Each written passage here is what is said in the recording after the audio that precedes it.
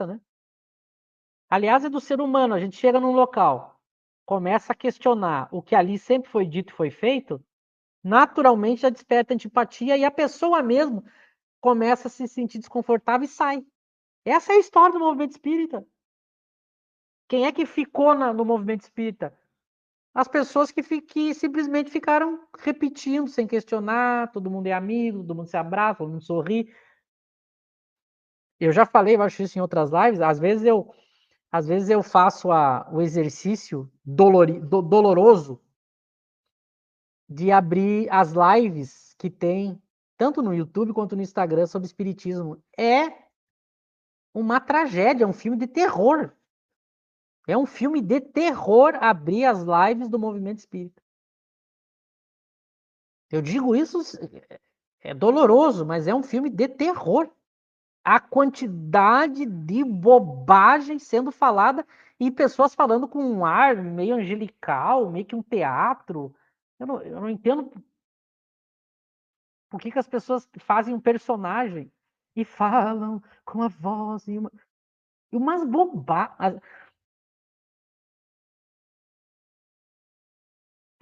Eu acho que foi ontem que eu abri numa live no Centro Espírita, devia ter umas 200 pessoas, todo mundo de mão dada para cima e cantando.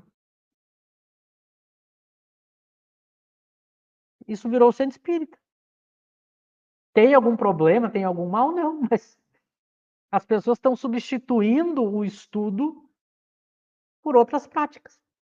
Só que sem estudo, a gente acabou de ver que tudo deve ser colocado à razão. As pessoas, as pessoas gostam de conversar, elas gostam de dançar, elas gostam de cantar, elas gostam de fazer várias atividades, isso é do ser humano. Daí o que elas fazem? Como elas gostam disso, elas fazem isso no centro espírita. Porque elas gostam. Só que a palestra espírita, o evento espírita é para tratar de espiritismo. Não é o momento para isso. Mas as pessoas estão fazendo isso. E aí, enquanto elas. Aquele pouco. O nosso tempo já é curto. A pessoa fica fazendo aquilo, ela nunca muda, né? Porque sabe o que acontece, Laura? Se a gente ficar cantando, se abraçando, chorando, achando tudo lindo, é maravilhoso. Só que a gente vai sair dali, vai esfriar a emoção e a gente vai continuar a mesma pessoa. Quando a gente se deparar com os desafios da vida, não vai adiantar eu cantar, pular, dançar. Não vai adiantar. Porque o que eu vou precisar de conhecimento na cabeça para tomar novas escolhas. Mas aí a gente está transformando os eventos espíritas numa micareta, carnaval. E agora tem uma nova moda. Agora tem comediante espírita. É maravilhoso o show de humor. Eu adoro. Mas no evento espírita. E pior, se fosse ainda um humor usado para refletir a obra de Kardec, mas é humorista usando o humor para continuar disseminando falácias do movimento espírita. Que ainda poderia ser algo de qualidade, né? Então a gente vai criando distrações do movimento espírita e não estuda, não raciocina, não pensa. Não. Eu já cansei de. Agora em 2024, o que as pessoas me procuraram para contra-argumentar as coisas que eu digo, dá 5 minutos de conversa, eu sei que a pessoa não leu, eu vou fazer o quê? Como é que eu vou conversar com a pessoa se ela não leu? Que tudo que eu disser para ela coloca um porém. Porque ela não leu. Eu não consigo adiantar a conversa. Não consigo, porque eu preciso que a pessoa antes tenha lido. Não é, por exemplo, a gente está falando coisas aqui, eu estou mostrando o texto, né? Que eu estou mostrando a base de onde é que eu tirei a base do meu raciocínio. A pessoa, ela tira o raciocínio da cabeça dela, que é o que ela gosta, e pronto, e fica nisso. Ela não submete à razão. A gente está vivendo uma época que as pessoas não estão interessadas com a verdade, elas estão interessadas no que elas gostam. Só que quando eu troco a verdade por aquilo que eu gosto, isso tem um nome em filosofia. Sabe qual é o nome disso, Lauro? Imoralidade. Quando eu troco o certo por algo que me dá prazer, o nome disso é moralidade. O que é a moral? É quando eu faço o que deve ser feito, não aquilo que eu gosto. Se aquilo que eu devo fazer é aquilo que eu gosto, aí eu sou um espírito feliz. O problema é que, como a gente é imperfeito, muitas coisas que eu gosto não devem ser feitas. As pessoas estão vivendo uma época de imoralidade, todo mundo quer o que eu gosto. O que eu gosto de fazer, o que eu gosto de ouvir. Elas não conseguem abrir mão do que elas gostam em nome do correto, da verdade. E como a gente é imoral, a sociedade é injusta e por isso que a gente tem sofrimento. Então a gente está vivendo essa época. Ou a pessoa ignora, ou ela sabe, mas ela não interessa a verdade. Ela quer adaptar o que ela quer. Ou seja, ela é imoral. É o que a gente está vivendo. A gente está vivendo uma época assim. Depende quem disse. É verdadeiro ou falso? Depende quem disse.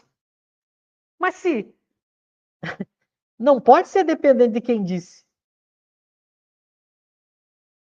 Se o Lauro falar alguma coisa, eu gosto do Lauro, então é verdade. Aí a outra pessoa que eu não gosto diz a mesma coisa, eu digo, então não é verdade.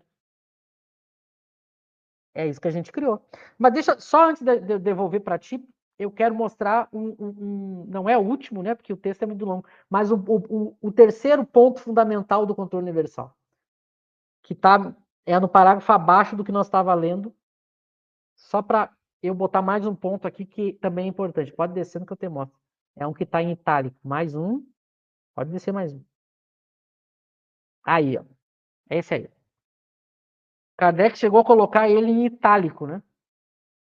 Uma só garantia. Vejam, eu digo, a gente tem que prestar atenção no que Kardec está dizendo. Ele não está dizendo uma, duas, uma só garantia séria existe. Então, olha, quando Kardec diz isso, a gente diz assim, opa, se ele está dizendo que é uma, né?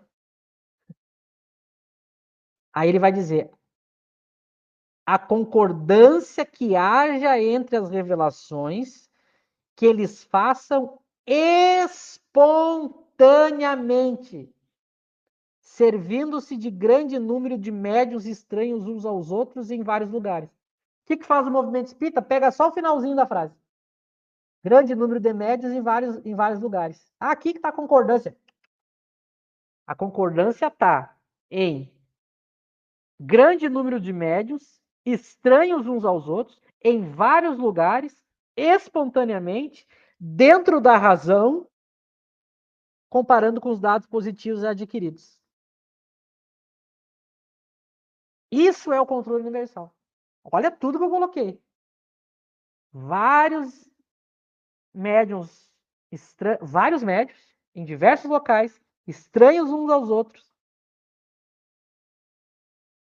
dentro da razão, dentro da comparando com os dados positivos adquiridos, espontaneamente. Aqui vem o ponto-chave que eu quero colocar para a gente já encerrar essa reflexão.